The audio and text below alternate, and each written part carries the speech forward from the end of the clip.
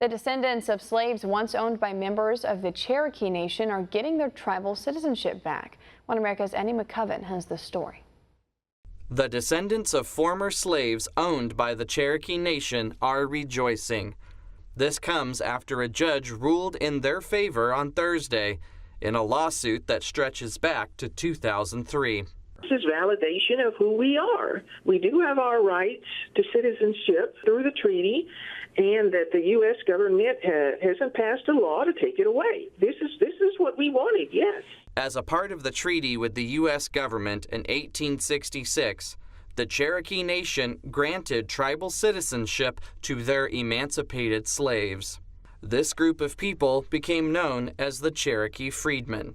But beginning in the 1980s, tribal members began to question the legitimacy of the Freedmen's membership, and in 2007, Cherokee members voted to strip the membership of more than 2,500 freedmen, defining tribal membership only by blood. Descendants of the freedmen argued the treaty gave them all the rights of native Cherokees.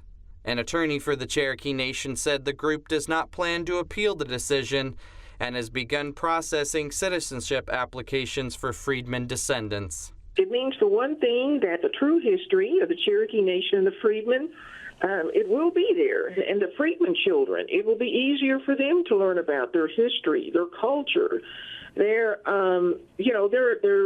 tribal language as members of the tribe. Eddie McCoven, One America News.